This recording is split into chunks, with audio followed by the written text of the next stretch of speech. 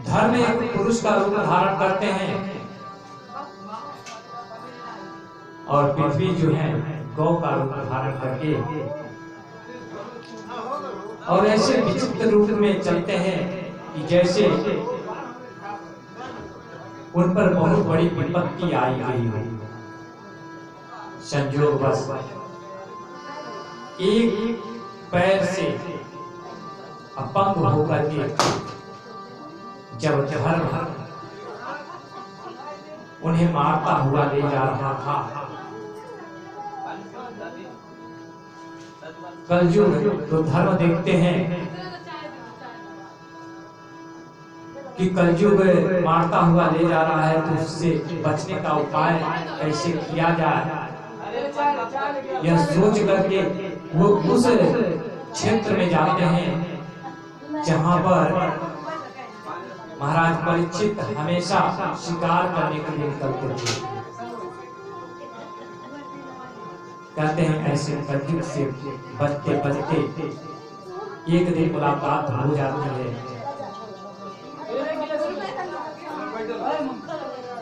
धर्म पृथ्वी को देख करके, कलयुग को देख करके, उनकी दशा को देख करके परीक्षित जी को बड़ा क्रोध आता है।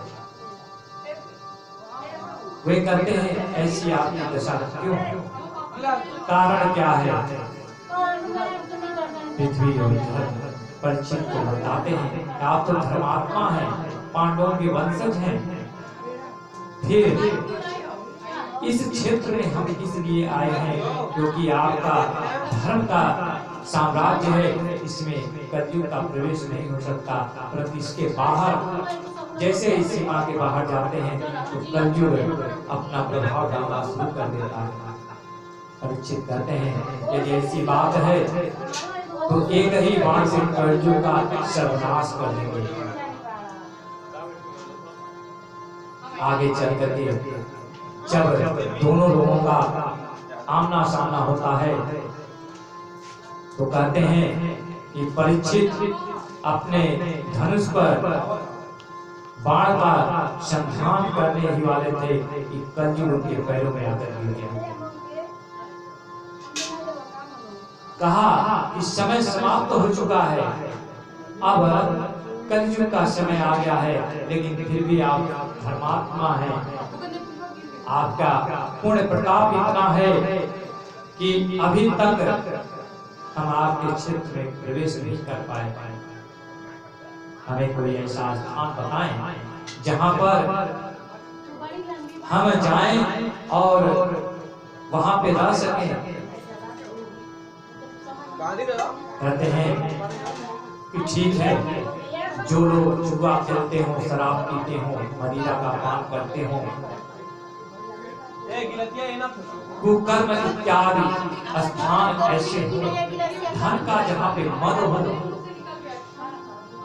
ऐसे ऐसे कुछ जगहों को चुन लो और उन जगहों पर जाकर निवास करो।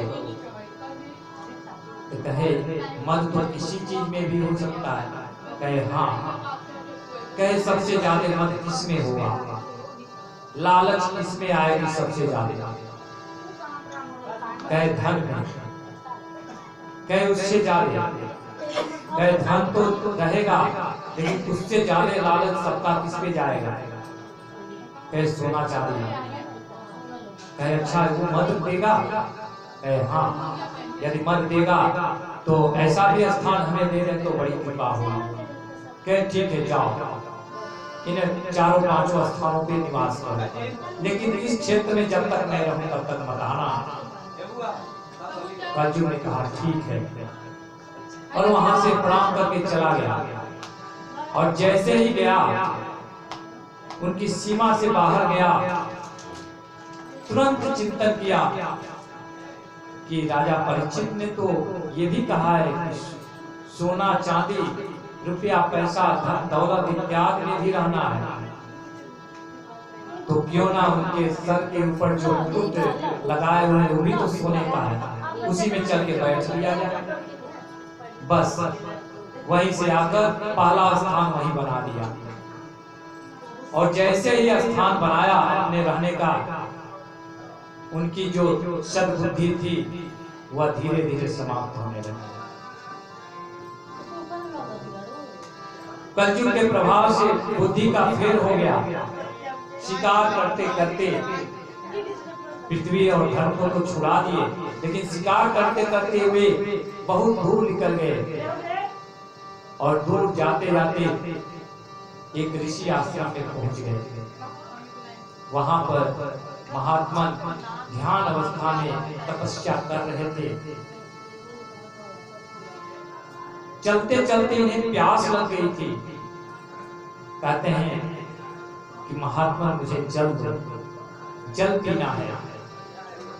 लेकिन भला कोई तपस्या कर रहा हो तो कैसे उठ सकता है? नहीं उठ सकता।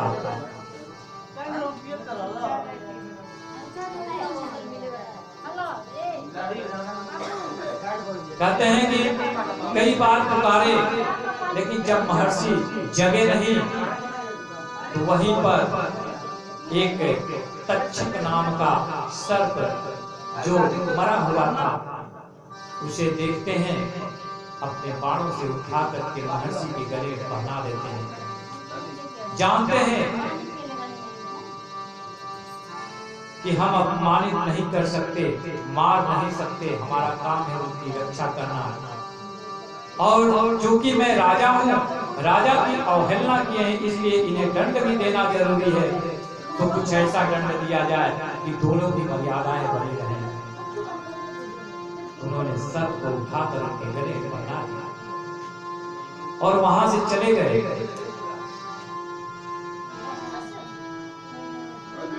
यह बात जब ऋषि पुत्र को पता चली तो उन्होंने बिना कुछ सोचे विचारे हाथ में जल लिया और राजा को श्राप दे दिया। जिस तक्षक को उठाकर मेरे पिता के गले में डाले हो, आज से 7वें दिन वही तक्षक तुम्हें मार देगा, डस लेगा। सत्यनिष्ठ ब्राह्मणों से बच करके रहना, क्योंकि वो तपस्वी होते हैं, बहुत ही गोपनीय रूप से साधनाएं करते हैं, कोई जान नहीं पाता, लेकिन उनके मुख से निकली हुई वाणी बहुत खतरनाक होती है। वह छोटा सा बालक ऋषि पुत्र केवल तपस्या के बल पर सब कुछ अर्जित तो नहीं किया था, लेकिन इतना जरूर अर्जित कर दिया था कि उसके मुख से कोई वाणी निकल जाए तो मिथ्या नहीं हो सकती। फिर जब आश्रम में सभी बालकों के साथ पहुंचते हैं तो देखते हैं पिता के गले में सर्प लटका हुआ है, किसी तरह से निकालते हैं। जब महर्षि का ध्यान टूटता है तो अपने दिव्य दृष्टि से देखते हैं, सारी घटनाओं का पता चलता है। कहते हैं कि अज्ञानवश तुमने एक बहुत बड़े धर्मात्मा को श्राप दे दिया। उनके ना रहने से यह पूरा संसार कलयुगमय हो जाएगा। जब तक वो हैं तब तक अभी धर्म की स्थापना चल रही है। मुझे अभी इसी क्षण उनके पास जाना होगा। इधर राजा अपने राजमहल में आकर के आराम से सो रहे हैं, उन्हें कुछ नहीं पता। कहते हैं आधी रात को जब पहुंचते हैं ऋषि बार बार रोक देते हैं। कहते हैं महाराज के सोने का समय है। कहते हैं यह सोने का समय नहीं, यह जागने का समय है। जा करके उन्हें सूचना दो, उन्हें जगाओ, हम उनसे मिलना चाहते हैं, उन्हें बताओ। इसके बाद ऋषि की आज्ञा कैसे सेवक टाल सके। सेवक जाता है, हिम्मत नहीं करता तो वह एक दासी को बुलाता है और उससे कहता है कि जाओ महारानी से कह देना कि महर्षि आए हुए हैं। उसके बाद वो जाती हैं, बताती हैं, महारानी उठती हैं। जब उन्हें पता चलता है महर्षि इतनी रात को आए हैं तो दौड़ते हुए जाते हैं, महाराज को जगाते हैं। महाराज की जब नींद टूटती है तो कहते हैं कि इस समय, वो भी आधी रात को, ऐसी क्या आंख पड़ी। महर्षि को दोनों लोग जा करके स्वागत करते हुए राजमहल में लाते हैं। उसी रात उनके पांव पर छालते हैं। कुछ वार्ता होती है। महाराज कहते हैं कि प्रभु, इतनी पहर इस आधी रात को आने का कारण क्या है। महर्षि कहते हैं, राजन, आपने कुछ नहीं किया, आप बहुत बड़े धर्मात्मा हैं, लेकिन यह समय आपके लिए सोने का नहीं, जागने का है। क्यों? क्योंकि ब्राह्मण के मुख से निकला हुआ शब्द वापस नहीं हो सकता, वह तो होकर ही रहेगा। लेकिन उतने के बीच में आप ऐसा कुछ साधन कर सकते हैं जिससे वो साफ से मुक्त भी हो सकते हैं। कहे, ऐसी क्या बात हुई? सारा वृत्तांत महर्षि बताते हैं। महाराज परीक्षित कहते हैं, प्रभु, यह तो मेरा दुर्भाग्य है या सौभाग्य है, ये मैं नहीं जानता। मेरे अंदर जो अवगुण हैं, उन अवगुणों को भूल करके अपने शरण में लीजिए और कुछ ऐसा उपाय बताइए ताकि हम इस श्राप से मुक्त हो सकें।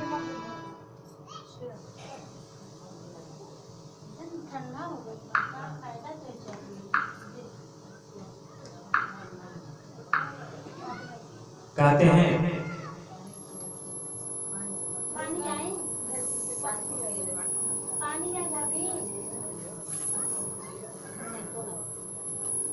कि जब राजन की ऐसी बात सुनते हैं महर्षि, तो कहते हैं, ठीक है, हम उपाय बताएंगे, लेकिन तुम्हें वो उपाय अभी इसी वक्त करना होगा। कहते हैं, ठीक है, हम करेंगे, लेकिन आप उपाय तो बताएं। कहते हैं, ठीक है, उपाय हम बता रहे हैं, सुनो। अभी जाओ और अपने जो पुरोहित हैं, जिन्हें अपना पुरोहित मानते हो, उनके शरण में जाओ और उनसे मिल करके सारी बात को बताना।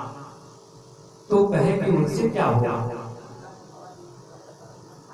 कहते हैं कि उनसे बहुत बड़ा कार्य होगा तुम्हारा, वह कार्य सिद्ध कर देंगे, इसलिए तुम्हें जाना पड़ेगा। कहते हैं, अच्छा, अगर ऐसी बात है तो आप हमें बता दें, हम जाएंगे, लेकिन एक व्यक्ति और सुन ले मेरा। कहते हैं, वो क्या? कहते हैं कि मुझे बड़ी आस है, या आस यह है कि आप अगर वह चीज बता दें हमें, तो शायद मुझे बहुत सी जानकारियां हो जाएं और उस हिसाब से हम मुक्त भी हो जाएं। तो कहते हैं कि अगर हम बता दिए तो फिर उनका क्या काम होगा? कहे, हम जानते हैं कि आप जो हैं बताएंगे जरूर, लेकिन आपके द्वारा बताया गया जो कार्य होगा वह सिद्ध हो जाएगा, ऐसा मेरा मानना है। इसलिए मेरे सारे अवगुणों को भूल करके आप जो हैं उस उपाय को बताइए, क्योंकि मैं आपके शरण में आ गया हूँ और आपके शरण में आने के बाद मुझे विश्वास है कि अब कोई भी चीज हमें चिंता करने की जरूरत नहीं है, क्योंकि आप स्वयं पहुंचे हुए महात्मा हैं।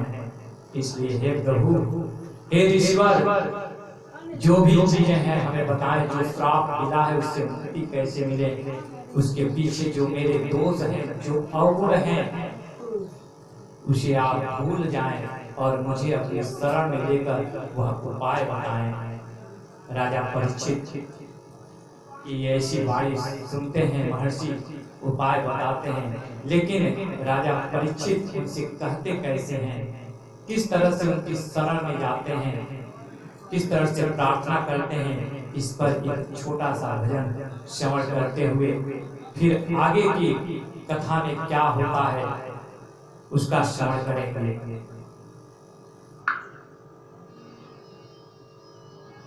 अगर नाथ देखोगे अवगुण हमारे,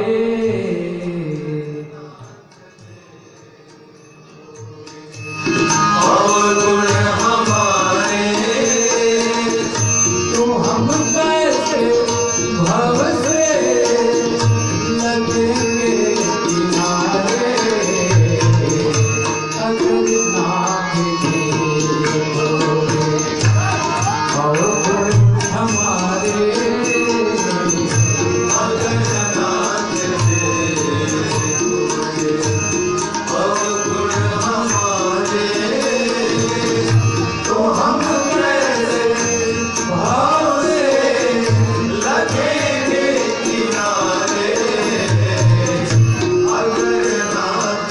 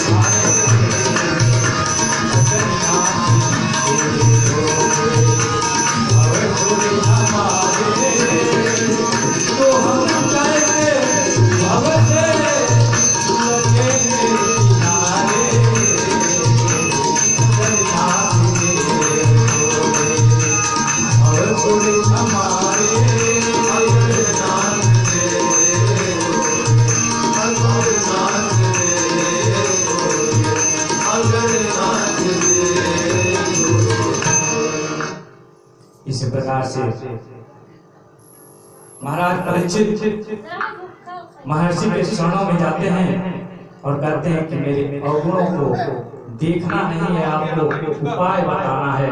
महर्षि कहते हैं कि जब आप ऋषि के पास जाएंगे तो वे आपको श्रीमद् भागवत कथा का पान कराएंगे, यही एक उपाय है। और श्रीमद् भागवत कथा यदि आप सुन लिए तो निश्चय ही उस श्राप से मुक्त भी हो जाएंगे। राजा परीक्षित कहते हैं ठीक है, जैसे आपका आदेश है, आपके आदेश का पालन करेंगे और चाहते हैं। महर्षि के पास प्रार्थना करते हैं। ऋषि उन्हें कहते हैं कथा तो सुनाएंगे, लेकिन आपको नहीं, हम पूरे संसार को सुनाएंगे, उसमें आप भी सुन लेना और उस श्रवण में चिंतन करना। अब से भूल जाओ कि तुम्हारा ये साम्राज्य था, तुम एक राजा थे, अब एक भिखारी के रूप में जा करके और वहां पर कथा का श्रवण करना। उसके लिए एक आयोजन करो, और कैसे आयोजन करो, अभी इसी क्षण से आदेश दे दो, क्योंकि समय बहुत कम है। आज का दिन तो बीत गया, आज से 7वें दिन का श्राप मिला है, तो 7 दिन के अंदर तुम्हें मुक्ति भी चाहिए, श्राप से भी चाहिए, भगवत प्राप्ति भी चाहिए, ऐसा उपाय किया जाएगा। लेकिन जब परीक्षित जी को कथा श्रवण कराने की बात आई तो उस समय बहुत से लोग पहुंचे थे। सरकार ऋषि भी पहुंचे थे, सूत जी भी पहुंचे थे, परीक्षित जी थे ही, नारद जी भी पहुंचे थे, संसार के जितने ऋषिगण थे सभी लोग पहुंचे थे। सुखदेव जी अनशन व्रत कर लेते हैं कि जब तक हम पूरी तरह से कथा को श्रवण नहीं कर लेंगे, इस संसार से मुक्त नहीं हो जाएंगे, तब तक हम सुखदेव जी को छोड़कर नहीं जाएंगे। इस प्रकार से वह कथा का आयोजन होता है। परीक्षित जी को 7 दिन की कथा श्रवण कराते हैं सुखदेव जी महाराज, और पुष्प अर्पित करना होता है।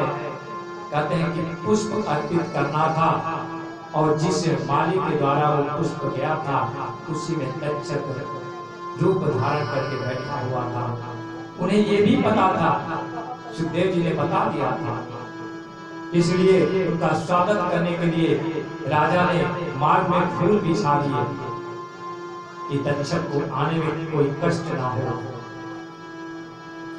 और उनका स्वागत करते हुए उन्हें अपने गले से लगाते हैं, और तक्षक उन्हें 7वें दिन मुक्त कर देते हैं।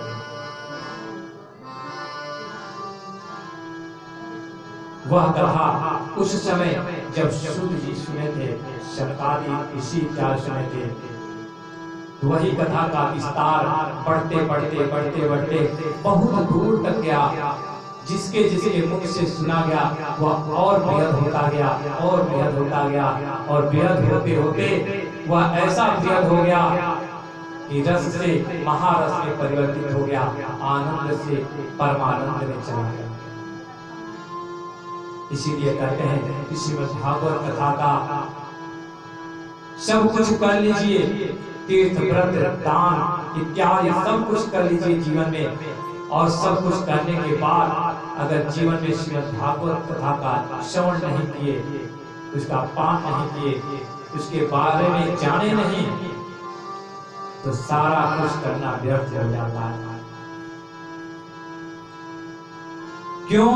क्योंकि श्रीमद् भागवत कथा में भगवान के नाम संकीर्तन की महिमा बताई गई है, और वह नाम संकीर्तन भगवान के नाम से भी बड़ा होता है। इसीलिए संकीर्तन करते हुए इसमें बहुत सी लीलाओं को बताया गया कि इसमें भगवान ने जो लीला किया, उस लीला के ऊपर भी कवि लोग अपने अपने मति के द्वारा अनेकों प्रकार के भजन इत्यादि लिखते हैं, गाते हैं, आनंद लेते हैं, उसी में डूबे रहते हैं।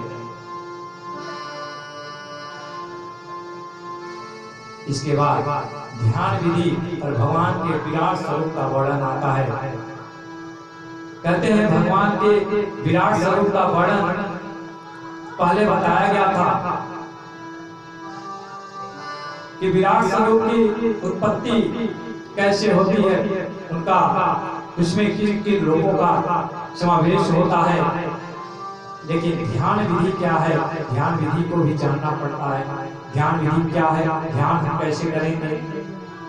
जैसे हमने अभी थोड़े दिन पहले बताया था कि हम भगवान की मूर्ति के सामने होते तो हैं, लेकिन हमारा ध्यान कहाँ होता है, बिछड़ जाता है ध्यान। तो ध्यान विधि हम करें कैसे। एक घड़ी आधो घड़ी आधो में बुनियाद। यदि इस बात को जान लें कि एक घड़ी आधो में बुनियाद है, यदि इतना भी समय मिल गया भगवान का नाम संकीर्तन करने के लिए, उनके पूजा पाठ में जाने के लिए, उनका दर्शन करने के लिए, मंदिर इत्यादि में जाने के लिए, तो वह अपना सौभाग्य ही समझे। ध्यान विधि कैसे करेंगे। ये मन तो बड़ा चंचल है, तो ध्यान लगेगा कैसे। ये तो विषय में ज्यादा लिप्त रहता है, विषय वस्तु में लिप्त रहेगा, उसे मनाएंगे कैसे। तो इसके लिए भगवत शरण में जाना होगा, और भगवत शरण में जाने के लिए हमें ध्यान विधि करना होगा। तो चिंतन करने के लिए आपको ब्रह्म मुहूर्त का समय बताया गया है। जो लोग ब्रह्म मुहूर्त अर्थात सुबह के 4 बजे से और 5 बजे के जो समय होते हैं, उस समय अपने निद्रा का त्याग कर देते हैं, तो उस समय यह मान करके चलिए कि अपने जीवन में कभी दुखी तो जल्दी होंगे ही नहीं। लेकिन कलयुग में ऐसा बहुत कम है। क्यों? क्योंकि सुबह में जो ब्रह्म मुहूर्त का समय होता है वह ब्रह्म वेला होती है। उसमें ब्रह्म यानी पूरा संसार ब्रह्म स्वरूप होता है। उस ब्रह्म में अपने आप के अंतरात्मा को जब प्रस्तुत करते हैं, उसमें विलीन होते हैं। उस समय का जो वातावरण होता है, उसमें से जो दोष पाप होते हैं वह सब क्षीण होते जाते हैं और हम उसी में लिप्त होते जाते हैं। इसलिए जीवन में कभी भी कोई कठिनाई आती है तो भी हमें उतना कष्ट नहीं होता। और ब्रह्म मुहूर्त की बेला को अगर खो देते हैं तो पूर्वजों द्वारा जो कहा जाता है, जो सोया वो खोया, जो जागा वो पाया, वही चरितार्थ हो जाता है। प्रयास यही करना चाहिए कि हम ध्यान विधि ब्रह्म मुहूर्त में लगाएं, अर्थात हम ओमकार का नामोच्चारण करें, भगवान का नामोच्चारण करें, आंखें बंद करके जहां है जैसे हैं उसी अवस्था में यदि हम लीन हो जाते हैं तो हमारी ध्यान विधि जो है वह धीरे धीरे उसमें प्रविष्ट हो जाएगी। भगवान के विराट स्वरूप, जब विराट पुरुष का इच्छा होता है, भगवान की एक एक इच्छाएं होती हैं, जब तो विराट पुरुष में ही सारे लोगों की कल्पना हो जाती है। ऐसा ऋषिगण मानते हैं, कल्पना करते हैं। तो भगवान का स्वरूप कैसा होता है, यहाँ पे छोटे शब्दों में बता दें कि जिस समय अर्जुन को मोह माया ने पकड़ लिया था, युद्ध करने के लिए तैयार होने के बाद भी धनुष बाण रख दिए थे, उस समय भगवान गीता का उपदेश दिए थे और सारा कुछ बताने के बाद अंततः उन्हें दिव्य दृष्टि प्रदान करके उसी विराट स्वरूप का दर्शन कराए थे, जो शून्य अवस्था में था और इच्छा होते ही बहुत विराट रूप धारण कर लिया। उसमें हजारों हाथे, हजारों पैर, हजारों नासिकाएं, तरह तरह के मुखड़े इत्यादि देखने को मिलते हैं। इस स्वरूप का जब दर्शन होता है तो अर्जुन का माया भंग हो जाता है। कहते हैं कि अब सब कुछ यही है तो हमें चिंता क्यों करनी है, चिंता क्यों करें, हम चिंता करके क्या करेंगे। जब सब कुछ हमारे आंखों के सामने दिख रहा हो तो हम चिंता करके क्या करेंगे। इसके बाद भगवान के स्वरूप का दर्शन करने के साथ साथ ये भी बताया गया कि आप सभी देवताओं की पूजा तो करते हैं, सबको मनाते हैं, लेकिन सबको मनाने के बाद भी आप कोई भी चीज हासिल नहीं कर पाते, उसका कारण क्या है। कुछ लोग कहते हैं कि हमने भगवान को बहुत मनाया, बहुत पूजा किया, लेकिन हमारे जीवन में दुख ही दुख है, हमें कोई लाभ नहीं मिलता भगवान की पूजा करने से। तो भगवान की पूजा करना अच्छी बात है, लेकिन आपके मन में है क्या, उसे पहले निर्धारित कर लें। लक्ष्य विहीन मार्ग पर पैर मत रखें। पहले एक लक्ष्य बना लें कि हमारे जीवन का उद्देश्य क्या है, हमारी मनोकामना क्या है। तो जो मनोकामना हो, जैसी मनोकामना हो, उसके अनुसार उस मनोकामना की पूर्ति करने के लिए देवताओं के स्वरूप में भगवान हैं। जैसे भगवान भोलेनाथ जी का रुद्राभिषेक पंडित जी लोग कराते हैं, तो रुद्राभिषेक कई प्रकार से होता है। दूध से होता है, मधु से होता है, शर्करा से होता है। तो हर वस्तु का अलग अलग महत्व होता है कि हम इस चीज से कराएंगे तो ये फल होगा, इस चीज से कराएंगे तो ये फल मिलेगा। उसी तरह से अंशा स्वरूप जो भगवान के स्वरूप विराजमान हैं, उनके भी अलग अलग कार्य हैं। जैसे इंद्र देव का कार्य है वर्षा करना, सूर्य देव का कार्य है अंधेरे को छाटना, पवन देव का कार्य है शीतलता प्रदान करना, जल देव का कार्य है जल प्रदान करना, अग्नि देव का कार्य है अग्नि प्रदान करना। उसी तरह से आपके अंदर जब कोई भाव जगता है कि मेरी मनोकामना ये है, तो उसके लिए उसी देवता को जब पकड़ेंगे तभी मनोकामना पूर्ण होगी। सब देवताओं से मांगेंगे तो नहीं मिलेगा, क्योंकि विभाग अलग अलग है, हर विभाग में वो कार्य नहीं होता। अब इंद्र देव बारिश करने वाले हैं और अग्निदेव से कहिए कि अग्निदेव आप बारिश करिए, सूखा पड़ रहा है, तो अग्निदेव बारिश नहीं कर सकते। उसी तरह से जैसी जैसी मनोकामनाएं होती हैं, उसी उसी अनुसार देवताओं का निरूपण किया गया है। अंशास्त्र भगवान प्रकट हैं, जाकी रही भावना जैसी, प्रभु मूरत देखी थी तैसी। जो जिस भाव में उस प्रभु को बुलाएगा, वे आकर के उनकी मनोकामना को पूर्ण कर देगा। लेकिन सबसे मांगेंगे तो नहीं मिलेगा। तो अंत में कहेंगे कि मैंने भगवान की बहुत पूजा की, लेकिन मेरे जीवन में कष्ट ही कष्ट रहा। ये गलत है, भगवान को दोष देना गलत है। भगवान कभी भी अपने ऊपर कलंक नहीं लेते। इस बात का हमेशा ध्यान रखना कि भगवान मारते भी हैं यदि किसी को, तो अपने ऊपर अक्षर नहीं लेते।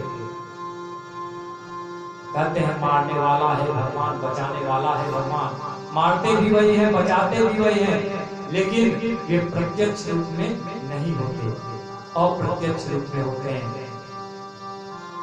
बचाना होगा तब भी अप्रत्यक्ष में, मारना होगा तब भी अप्रत्यक्ष में, आपके सामने माध्यम बन करके आएगा।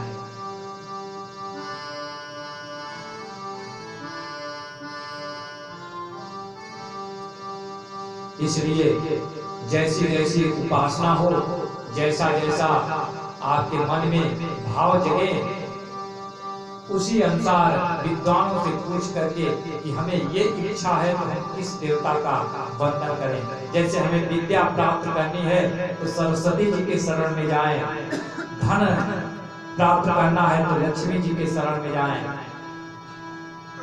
इसी तरह से अन्य जो भी मनोकामना है, उनके विभाग बटे हुए हैं, उन्हीं देवताओं की पूजा करेंगे तो मनोकामना पूर्ण होगी।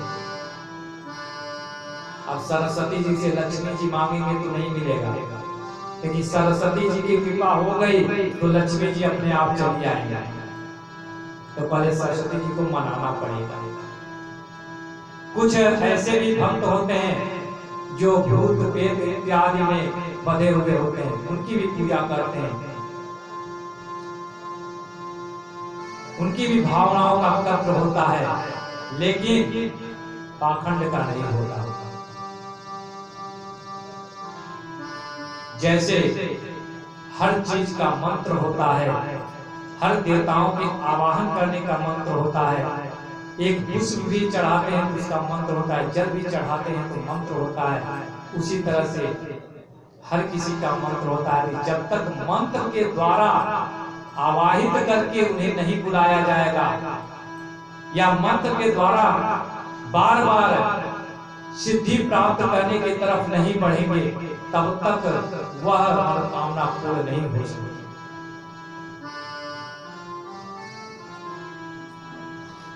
इस प्रकार से राजा के अनेकों जो है प्रश्न होते हैं। सुखदेव जी राजा परीक्षित को भगवान की लीला कथामृत का पान कराने से पूर्व उनके जितने भी ज्ञानवर्धक चीजें थी उन्हें बताते हैं और धीरे धीरे करके उनके एक एक प्रश्नों का उत्तर देते चले जाते हैं।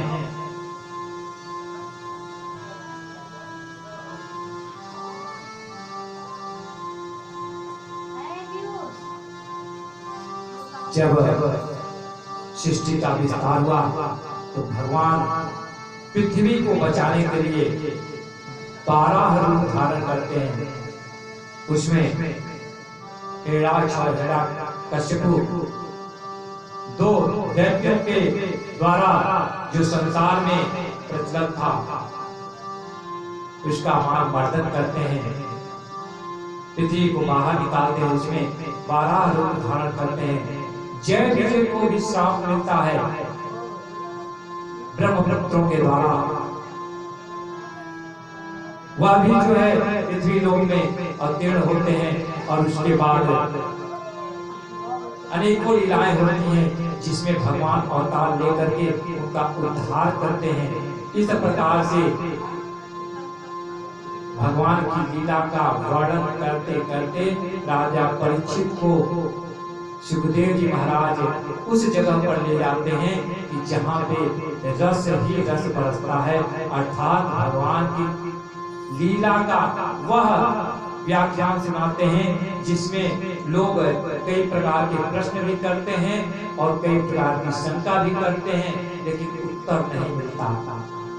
ब्रह्मवेत्ता लोग, ज्ञानी लोग उसका उत्तर ढूंढ लेते हैं और जब उत्तर मिल जाता है उसी में लीन हो जाते हैं। जैसे हमने बताया था, भक्त और भगवान के बीच ही थोड़ी देर के लिए आमना सामना हो गया कि भगवान बड़े हैं कि भक्त बड़ा है। प्रश्न बहुत हुए, उत्तर भी उसके मिले, भक्त भी कम नहीं हुआ भगवान से, लेकिन अंततः यही उत्तर मिला कि दोनों की बातों को छोड़ दिया जाए और केवल प्रेम धारा में बह जाया जाए, तो ना तो भगवान बड़े होंगे ना तो भक्त बड़ा होगा, दोनों बराबर हो जाएंगे। तो भक्त ऐसे बनना होगा। जय विजय वैकुंठ से जब पतन हो जाता है पृथ्वी लोक पे आते हैं, हिरण्यकश्यप को हिरण्याक्ष के रूप में,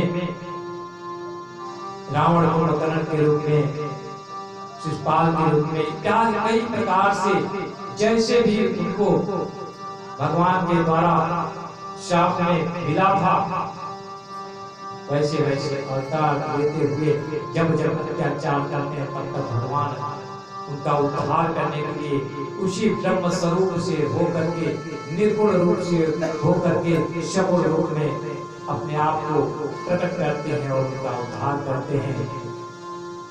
आज की कथा में यहीं तक ले चले थे और अगली कथा में इसके आगे से कल श्रवण कराएंगे, क्योंकि कथा बहुत लंबी है और जैसे जैसे दिन बीतते जाएंगे वैसे वैसे कथा का विस्तार और बृहद होता जाएगा। तो हम उन बिंदुओं पर जरूर आप लोगों को कथा श्रवण कराएंगे जिससे भगवान की प्राप्ति हो सके, भगवत भक्ति मिल सके।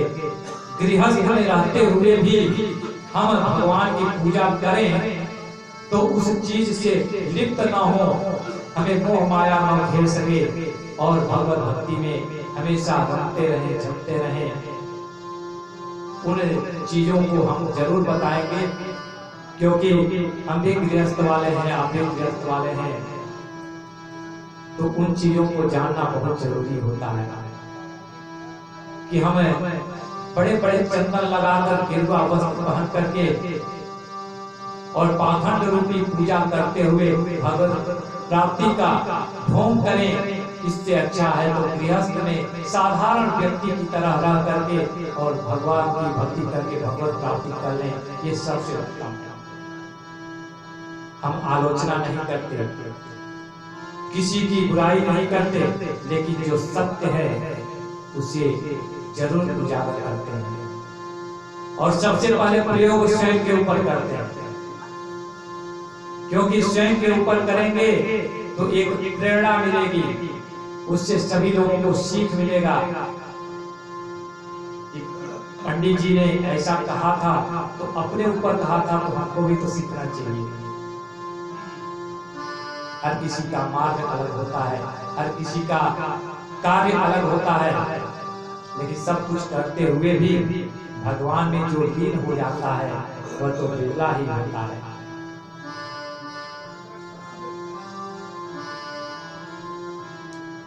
इसी के साथ आज की कथा का विराम करेंगे। आरती होगा, आरती के बाद प्रसाद वितरण होगा। आप लोग आरती लेंगे, प्रसाद ग्रहण करेंगे। पुनः कल जहाँ पे कथा विराम किया जा रहा है, पारायण के माध्यम से जितना हुआ है उसके आगे का कथा पारायण के माध्यम से दिन में भी प्रवचन का हो सकता है, या भगवत इच्छा के ऊपर है। और शाम को प्रतिदिन इसी तरह से कथा को आगे बढ़ाते हुए चलेंगे और एक एक दिन उन विषयों पर जरूर चर्चा करते चलेंगे, जिससे आपको कुछ मिले, क्योंकि बहुत जल्द ही रस और बरसने वाला है। तो आइए आरती की तैयारी करें। सभी भक्तजन अपने अपने जगह पे खड़े हो जाएंगे। आरती तमं कुर्वे पश्चिमे वर्धो भवः।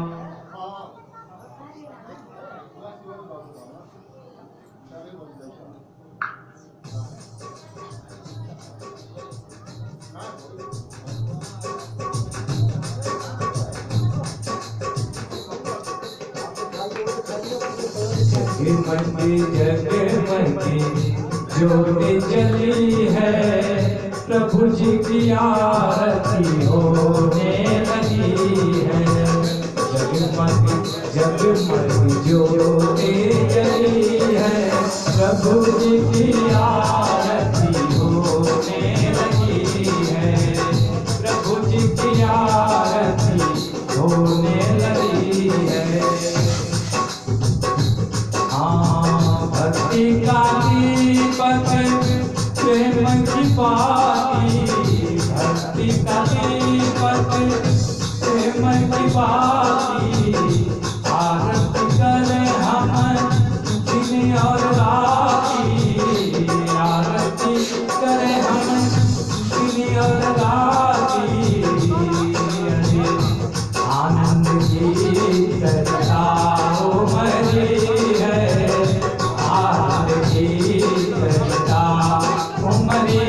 है, प्रभु जी की आरती होने लगी है।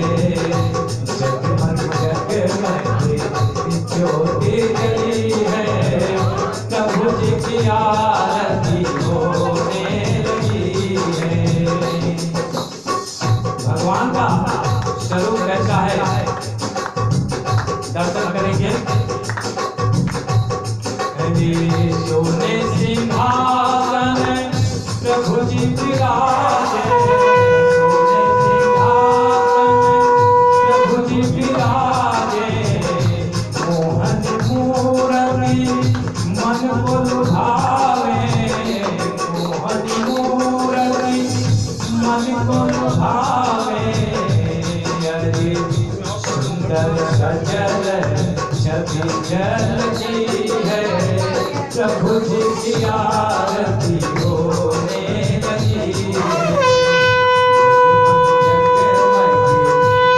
ज्योति जली है, प्रभु जी की आरती होने लगी है। भगवान की कथा किसको अच्छा नहीं लगता? कोई ऐसा है जिसको भगवान की कथा अच्छा न लगे? सबको अच्छा लगता है। इसलिए भगवान की कथा श्रवण करने के लिए जरूर पहुंचना चाहिए। क्यों? क्योंकि हरे प्रभु की कथा भक्तों मन भावे, प्रभु की कथा भक्तों मन भावे। सबको अच्छा नहीं लगेगा, जो भक्त होगा उसी को अच्छा लगेगा, तो मन को उन्हीं को भाएगा। हाँ, प्रभु जी की कथा भक्तों मन भावे, प्रभु जी की आरती चलो करी आवे, प्रभु जी की आरती चलो करी आवे। क्यों? इसलिए कि जब भगवान की आरती होती है तो भक्त जनों की भीड़ लगी होती है। हरि भक्ति जनों की भीड़ लगी है, प्रभु जी की आरती होने लगी है। जगमग जगमग ज्योति जली है, प्रभु जी की आरती होने लगी है। हाँ, प्रभु जी की आरती होने लगी है, प्रभु जी की आरती होने लगी है। इसी तरह से भगवान की आरती होती है, तो भगवान की आरती जब शुरू हो जाती है तो दृश्य तो बहुत सुंदर बनता है, क्योंकि जगमग जगमग से ज्योति जगती है और सभी भक्तजन पहुंचते हैं। आगे भागवत जी की आरती होगी।